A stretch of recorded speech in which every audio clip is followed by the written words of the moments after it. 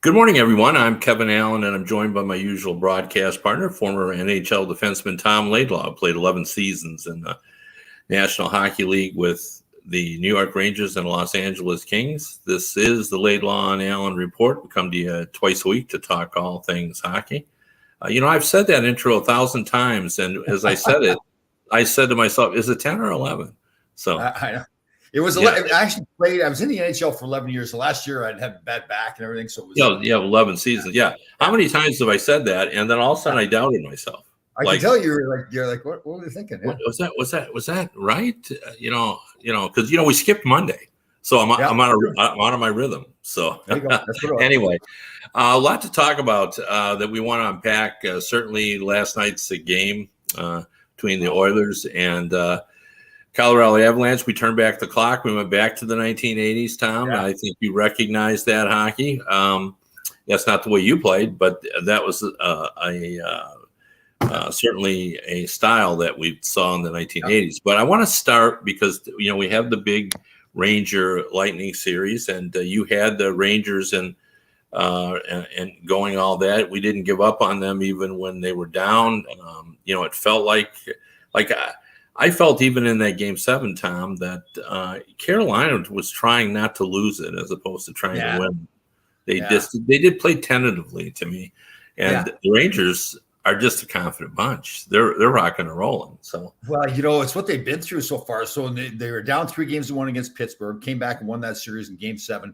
And in all three of those wins they had to get there, those elimination games, they were always behind in every game they had to come back from. So they had a terrible game in Game 5 in Raleigh.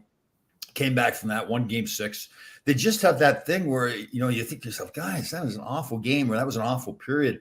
But, they come back the next period, the next game, and they figure out a way to win. So it's, it is a resilient bunch. I mean, people like Trouba and Lindgren. Trouba has some big hits, targeting people. Domi went after Lindgren in one game, and then Trouba went back after Domi the next game with a nice clean hit.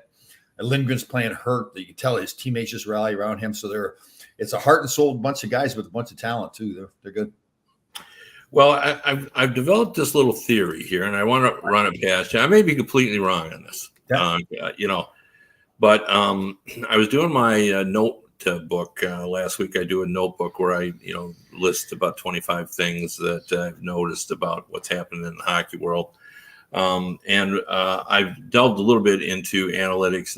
I'm not over the top about analytics, but there are some new statistics that I've become fond of. And, one of them I've talked about before is goals prevented over an average goaltender. Shesterkin has been the league leader all year long, and I think we know that's accurate. And I think that really kind of illustrates more who the great goalies are as opposed to goals against average, which to me is almost like a team defense statistic altogether, where goals prevented above the average says a little bit more.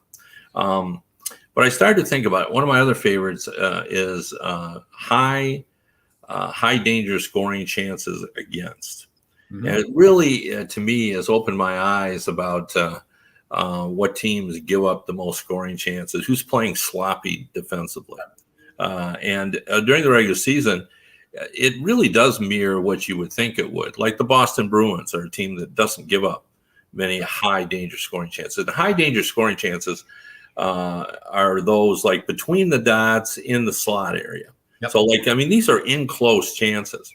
Now in the playoffs, what team do you think is leading the NHL by far in giving up high danger scoring chances? Gotta be the Rangers. It is. It is the Rangers. But here's what I was thinking about this. And I could that even be, not just tolerated, but accepted, maybe even sort of calculated, because they do have the goaltender they do. And I want to take you back to when Dominik Hasek was playing for the Buffalo Sabres. That Buffalo team, in my opinion, took more chances than any hockey team I ever saw. And they did it because they had Hasek back there. Yep. And they knew they had Hasek back there. And when you have a goalie like that, if you don't take more chances, then you're really not taking advantage of having that goalie. Very true. And so I wonder, do the Rangers play this way? A little, we think they're playing this way because they're young.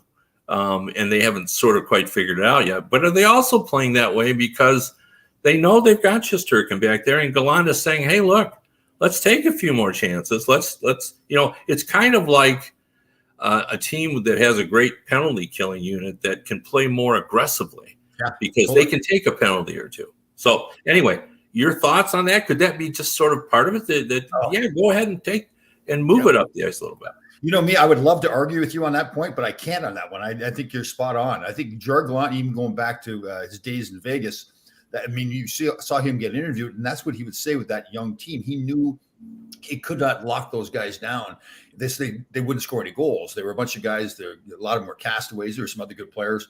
But he would say to him, I remember this, and this is one of the reasons I liked him so much as a coach, was, listen, I'm not going to bench you from making mistakes. You're not going to play if you're not playing hard enough, but go out there and make things happen. Don't worry about the mistakes. So I agree with you. I think they had a great goal. There he had Marc-Andre Fleury, and here with Shesterkin, it's the same thing. Yeah, as a defenseman, I watch them play sometimes. I go, guys, what are you thinking? But you're right. You look at that team and say, listen, we need to create offense. We don't have a Nathan McKinnon. We don't have a Mitch Marner or all these top offensive players. They got good offensive players. And, what's his boy Kreider got 52 goals this year. So he's been able to now put the puck in the net on a more consistent basis. But I agree with you. I think it's more they just say, listen, go for it. He's going to stop the puck. So why are we going to sit back? It makes me think kind of like the New Jersey Devils, although they had success in the old Martin Brodeur days. But did they really need to play that stingy defense? They had him there anyways. But right. You can't argue with their success. But at the same time, and maybe they just didn't have the offensive players. And probably that's the way they looked at it. They didn't have all those great offensive players that other teams had. So, yeah, I agree. You watch the Rangers play. When they're playing their best hockey, they're going for it. And Shesterkin was way better when he's got 40-plus saves. And he usually has 40-plus saves. So, and I think he's going to have 40-plus saves in the games against Tampa. That's for sure. Well, what's interesting about that is that Hasek was like that too. Like Hasek was better when he had, 40 shots. I think Hasek hated when he played with the Red Wings some nights when, he would get 21 shots because Nick Lindstrom was playing half the game. Like he liked to be that dynamic figure. And, I think he felt more comfortable in that role. And the big thing is, I've said this before too, and listen, I have total respect for Henrik Lundqvist, but the one thing I didn't like with him was sometimes like he was kind of losing his mind back there, yelling at the defenseman and everything. He's frustrated. With Shesterkin, it's like he makes these big saves, and if I'm a defenseman, I'm looking back at him, and he's fine. He's patting guys in the pads. A guy could turn the puck over. Maybe a guy trying to deflect the puck away to the net, goes towards the net. He stops it and makes it. It's a bad play by the defenseman, but he pats him on the pads. Everything's fine. He's just got that attitude that, guys, don't worry about it. I've got it back here. Yeah. You go play your game. Yeah. Well, goalie's part of the team. Yeah. You don't pay goalies to make easy saves. That's right. That's right. So yeah, it would be interesting to see, like, if the Rangers, if they got like the Penguins and were lost two goalies and had to do their third, would they play differently? Could they clamp down? Could they? They would have to, I think, because they wouldn't. I don't think, as much as people are understanding how good Shesterkin is. If you watch the games all the time, he has just been unbelievable. This was some games during the regular season where the team just didn't have a right to win, but he willed them to win. He just was that good enough goaltender. There was one game early in the season against Toronto. In Toronto, I think he had like 50 shots against, and they won the game. But yeah. Definitely. Well, what's interesting in this series, and I've been talking a lot about the Tampa Bay Lightning on this show, going back to the last 6 weeks of the season when I started really paying attention to them and realized that they really are not. I knew it, but I really kind of honed in on the fact that they're not nearly as good as they were the last two seasons. Not even close, to be honest with you. And now with Braden Point out, but these last 5 games, what they do have is I think the Rangers and Tampa in terms of abilities are somewhat equal. But what Tampa has is that confidence and that knowledge. Like the Rangers are still trying to figure it out. Yeah. Well, the Lightning already know. They know what they got to do. like right. I hear you. But here's what I'm going to argue, though. They're learning on the job, though, right now, the Rangers, right? I mean, you look at that Pittsburgh series being down. you don't need to argue. I like the Rangers. Okay. Yeah, Okay. yeah. You're losing my point here. Oh, okay. Yeah, it's like I think the Rangers are going to be fine. I'm arguing Lightning aren't as good as people think they are. So, I think a lot of people are going to take the Rangers because they've been watching the Lightning. Right. You know, really, see, I haven't watched the Lightning that much. I don't see them as that. I hear you totally. They lost that whole third line, and now Barclay Goodrow's playing a huge role here with the Rangers coming back like he did from his injury. But I still think I still like Tampa too. Not that I think they're going to. Oh, I do too. But I mean, I just think they're not the same team they were. Yeah. The last couple of years ago, and that's why I think don't be surprised if you see half the people take the Rangers. I mean, the Rangers have been impressive. I agree. Like the way they've played, and the Lightning. You take Braden Point out of a team that's already lost. You look at last year's team; they've lost 6 players off last year's team. Very true. So I mean, I think the Lightning are vulnerable. That's my only point. And. No, I agree. I tell you, and the Rangers have got that mojo going right now too. Again, coming back like against Pittsburgh, coming back against Carolina. Again, like Barclay Goodrow, they didn't think he was going to play. They asked Gallant at a press conference like 2 days before he came back. He's like, "No, he's not coming back." Like he had no idea he was coming back to play, and all of a sudden he's out in the ice there taking the opening faceoff in Game 6. Yeah, it was Game 6. So those kinds of things. Lindgren again, man, a guy like you can tell the team just rallies around him. Trouba with the big hits. Like this is a really skilled hockey team, but man, they got some heart and soul too. That Brady Schneider that they got in defense, a young kid, he bangs the body. So, and they're going to have to against Tampa. Tampa's going to try to outrun him out of the building. I think. I think Corey Perry is that kind of player. Yeah, they do. I mean, the Perry's kind of changed the Lightning a little bit, because he's the way he plays. And I think they needed that a little bit because, they had lost that entire line from last year that was so good for them. And, I guess it adds more intrigue to it. But we have no idea whether Braden Point's going to play. Yeah, they made it sound like he wasn't, but they're not going to tell us either. Yeah. Yeah, which is just weird. The interesting one for the Rangers is Sammy Blais supposedly has been skating. But I don't know how close he is. It'd be great to get him back. He has played all year though, but he's that kind of guy you want, like that, like same as a Barclay, right? Two-way player, banging and crashing. Yeah, and everybody's talking about the goaltending matchup, and we'll be the first team to 15 goals for the series wins. But don't you think because we're talking like this, the first game will be 5-4? Yeah, totally. I agree 100%. So and Vasilevsky. I don't want to make the Lightning sound like a crummy team because they're not. I mean, they still got Kucherov and Hedman, Stamkos. There's a lot of quality players. I'm just saying, boy, they're not really even close to what they were last year. Though, I saw Cooper say that he thought they wanted this third one even more than they wanted the first one, and they really have shown a strong will. And Vasilevsky for 5 games has been unbelievable. I mean, really unbelievable. Well, and I was talking to John Tonelli yesterday, who played with the Islanders when they won their 4 cups and went to 5 Stanley Cup finals. And it really reminded me of the old Islanders because I remember playing against them during the regular season while they're in the midst of that run. And they really weren't that good sometimes during the regular season. We could beat them. We would beat them by big scores sometimes. Playoff time, though, they just knew how to win, right? It's just, Billy Smith, same thing. He wasn't the best goalie during the regular season. Come playoff time, he was it. It was really hard to even put your finger on what it was. It's just that they've learned to do it. They knew what they had to do to win, and that's certainly Tampa. And like we talked before, Rangers have kind of learned on the fly here from this playoffs too. So. Yeah, and they, confidence is such a big part of it, and they've gained, as you said, confidence from the way they've played, and they've got enough offense, I think, to win the series, and it'll come down to the goaltending duel. And I think it's going to be another 7-game series too, with the 7th game obviously being back here at Madison Square Garden. So, no, I'm looking forward to it. That should be good. Let's talk a little bit about last night. Yeah. Wow. Did you know the rule on that goal? Did you Kevin? I did not watch. I didn't get a chance to see the game last night. What goal was that? Oh, okay, all right. Well, it's an offside rule, and it's the tag up rule, and it's very confusing, and it felt offside, but when they explained it, it really is the rule, and we all remember that. I remember a playoff series with Chicago several years ago that it came up as well, and you just forget about it because it doesn't happen all the time. But I don't want to get too into last night's game, but the reason why it was such an important thing is because they challenged it, and of course they lost, and then it ended up a power play, and Colorado got another goal.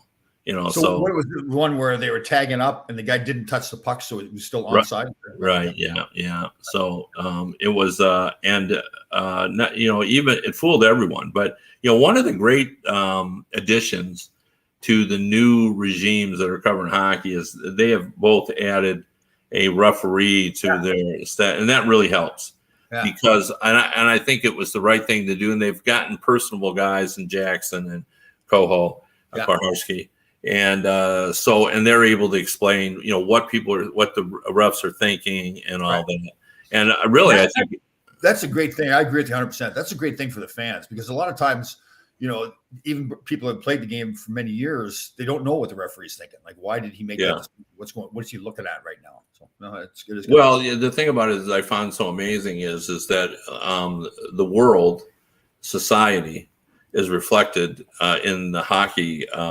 Because I was looking at Twitter last night, after the explanation was made, and even the panel was a bit confused. And then when it was explained to them, everybody got it and goes, well, yeah, well, of course.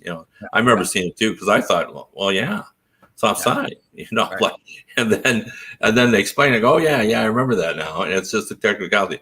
But in social media, there were people, despite the fact that it had been explained to them, they saw the video evidence. It's rigged. It's anti my team.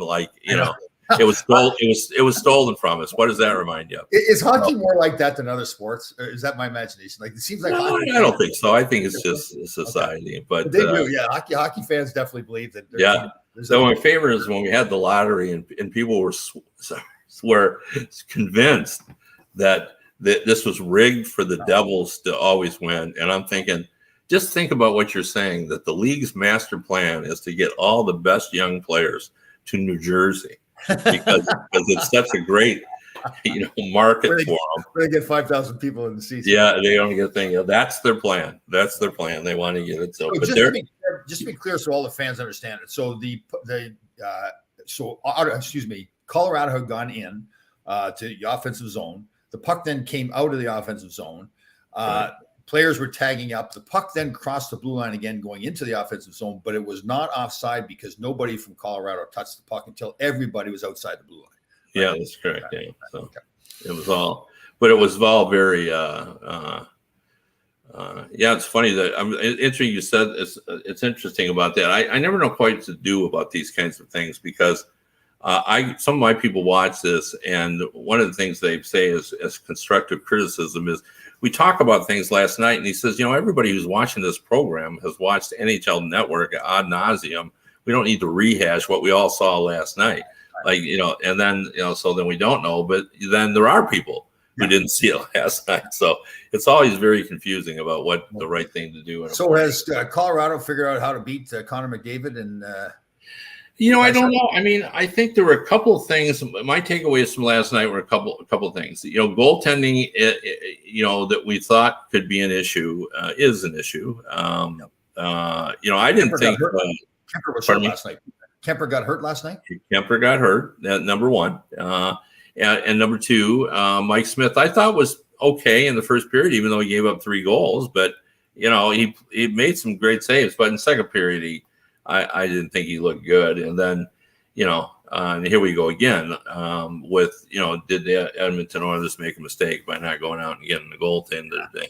Yeah, for Connor McDavid. What does that mean? If you're coaching those teams, you just say, listen, we need to score goals. We need to score 8 goals every game. Because like if I'm Colorado, I'm saying, all right, our goaltender is not that good. Connor McDavid and Draisaitl are possibly the 2 best offensive players in the world right now. They're going to score some goals, right? So, yeah. Well, it was Shanny last night. I mean, it was, first team to 8 wins, or the streetlights, or the streetlights. That is the old days of the Oilers, right? They used to play like that too. Yeah. Yeah, I mean, it was a very entertaining game, but it was really sloppy. I mean, defense was only a rumor. Nobody was playing it. There was no checking, to speak of. That reminds me. I know this is an old story. Remember Andy Delmore? Remember Andy Delmore played with the Flyers. You represented him, right? I represented him. His nickname was Andy Elmore. They called him. There's no D. He didn't play D. Andy Elmore. I always loved that nickname. That was a classic. Yeah. Yeah. Well, I mean, yeah, for sure. The other thing too is like Cale Makar, what a difference maker he is. Yeah. He just is so engaged offensively, and he skates so well, and he's everywhere. I don't want to give him the Hedman Rover tag because that belongs only with Hedman, but boy, he is so dynamic. And there are some fantastic young defensemen in the National Hockey League, but they're all good. Yeah.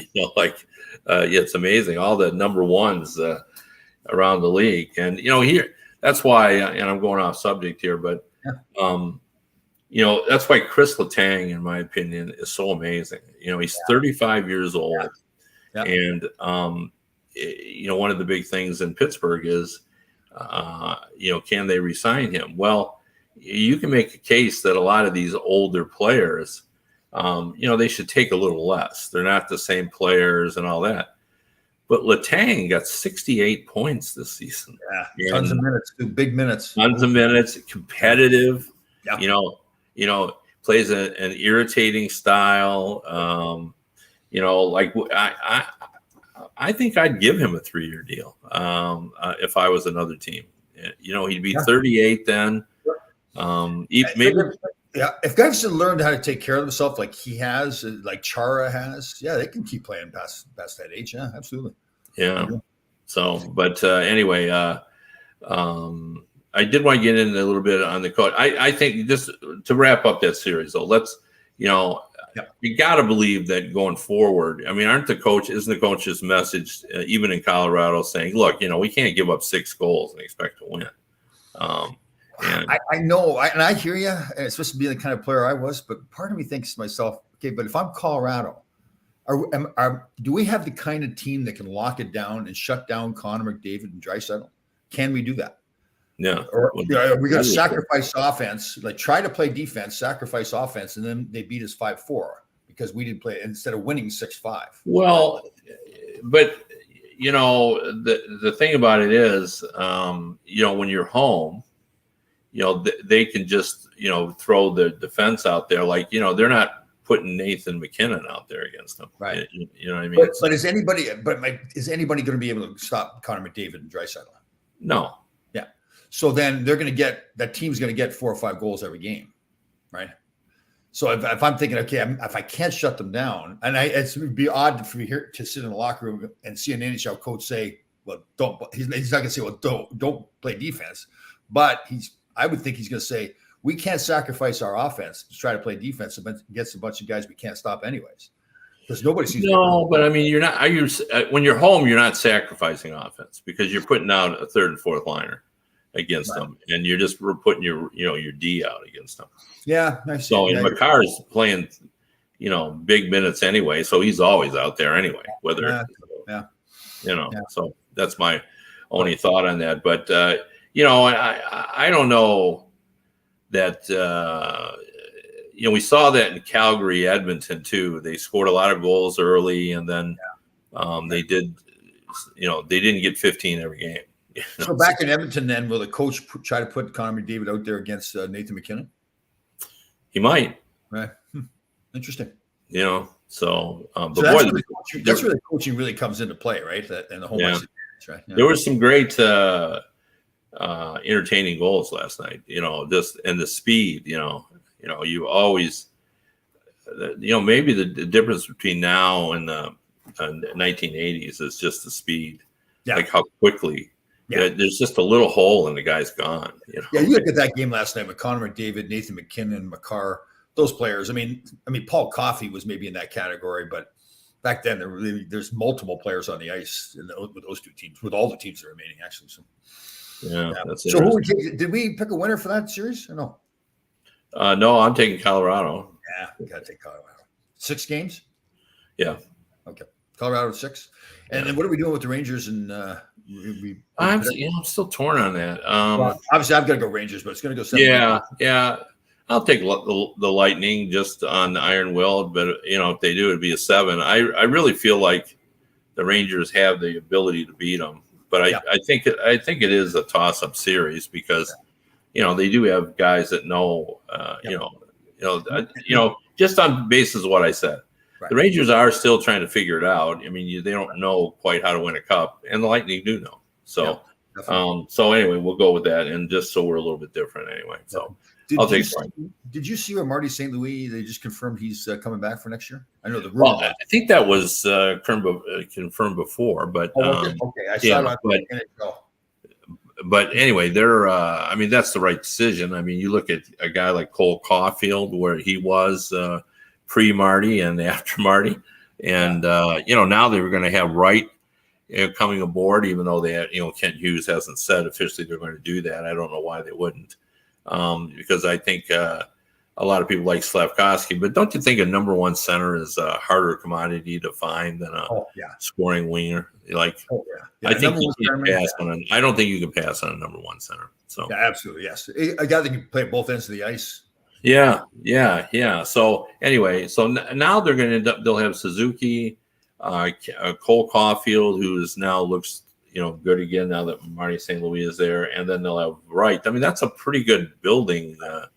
I got to give Jeff Gorton and their general manager a lot of credit. I mean, that's a gutsy move, though, right? You're in a city like Montreal. It's such a big deal. Marty St. Louis has never coached in the National Hockey League. He only coached Pee Wee hockey. Never coached any pro hockey.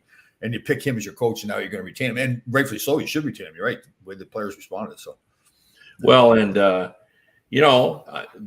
Jim Nill is now said to be interested in Mark Savard. Oh, is that right? Yeah, Mark Savard is coaching with the Windsor Spitfires.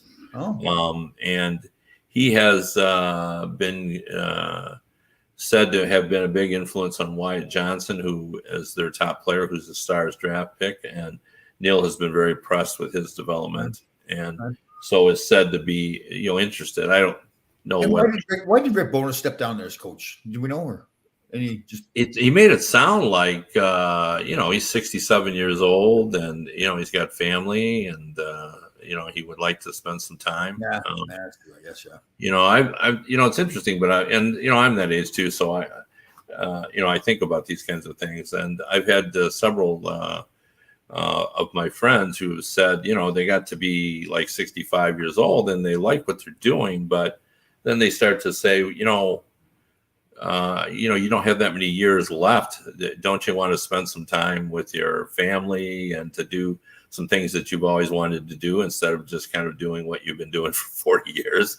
So, and you think about that, like if you've got some things on your bucket list that you'd like to do, and when you're coaching hockey or covering hockey, you're tied down. You can't just get up and take a 3-week trip to wherever. So that is true. Yeah. And I guess I've been lucky in my careers where I left for 6 weeks to go on Survivor. So if I was a coach, I certainly would be able to do that. Yeah.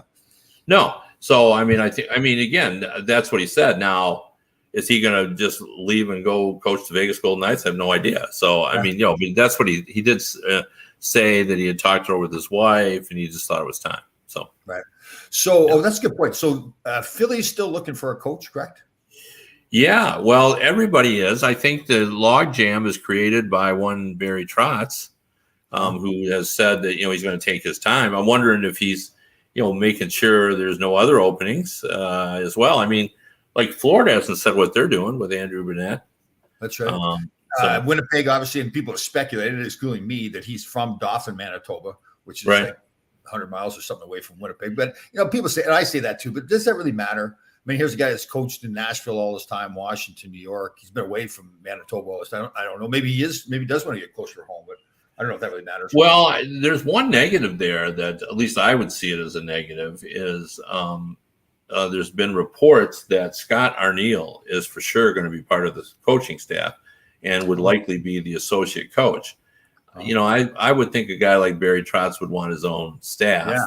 And, you know, he went through that in Washington, and at the end, it ended up being, you know, one of the factors in his departure from there is because they had Brian McClellan had a guy in place there that he wanted to eventually That's right. coach. Why would they? Is there some attachment to the ownership or something there, Scott? Yeah, or maybe Kevin Cheveldayoff. I mean, you Right. know, he's just a guy that they've had their eye on, and That's a bad side for me. If you like Scott O'Neill that much, to make him your head coach. I mean, like you're going to limit, like a real quality coach, like you just said, is going to want to pick his own staff. right. You know, I mean, if you're getting some guy that's just going to say, okay, yes, I'll do that.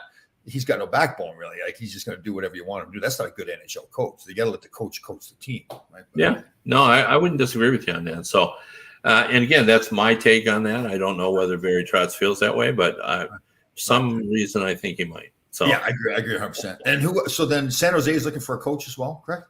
No, they haven't. They have not said anything about Bob Bugner. I would think why, you know, Joe Will has been the interim coach. I think he's done a good job, but I don't know why he would make a coaching move before a new GM is hired. Right. So Vegas is looking for a coach still? Yeah, Trotz has reportedly, and it's mostly Elliot Friedman, so you know the information is pretty good. Trotz has talked to Vegas, Winnipeg, Detroit, and Philadelphia. Of those teams, I would want, if I'm Trotz, I want Detroit. So, yeah, I would want to work. The person I'd want to work with is Steve Yzerman. I would say yes from those perspectives, but Trotz is 60 years old, and the Red Wings are at least 3 years away from being competitive. So okay, but if I go to Vegas, that's turned. And I hate to say this because George McPhee's there. It's kind of turned into a little bit of a circus there. Yeah, but I mean, they're a lot closer to being ready. Yeah, but George Gallant, I think of him as a coach. Why did he get fired? Why did people? I see your point, and you know, maybe Barry Trotz feels like he's going to coach to 70, and if that's the case, then why not take the Red Wings? But I just think, you know, your upside with the Red Wings. I know he's not this kind of guy, but as a coach, you want to know that you're going to come in there and make a difference. This is an up and coming young team. Steve Yzerman, the way he handles himself, the way he's loyal. He was loyal to John Cooper, and I know there were some people around Tampa earlier before they won their cups that didn't really like Cooper that much and wanted to get rid of him. But he was loyal to him. He said, "No, this is the guy," and he was right. And if I just think you go there, you know, Steve Yzerman knows what he's doing, how to build a team. Yes, they're that young team that's they're going to struggle to make the playoffs again next year, but you never know. I mean, you get if you sign the right players and players progress the way you think they will.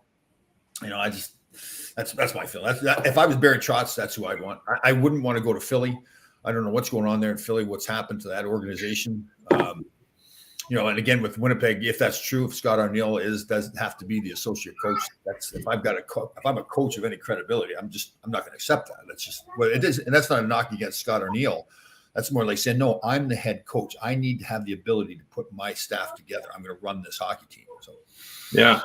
Well, yeah, I mean, the advantages of going to Detroit is you get Moritz Seider, you get Lucas Raymond, you get Edvinsson, who's coming aboard this season. Dylan Larkin is a good player. I mean, there are a lot. I mean, Steve Yzerman has put together some interesting pieces, but there's not enough of them yet. Cool. I agree. We'll start to see this year that, you know, they've got Edvinsson coming up, and they've got a defenseman named Albert Johansson who may have come up for goaltending, Kim.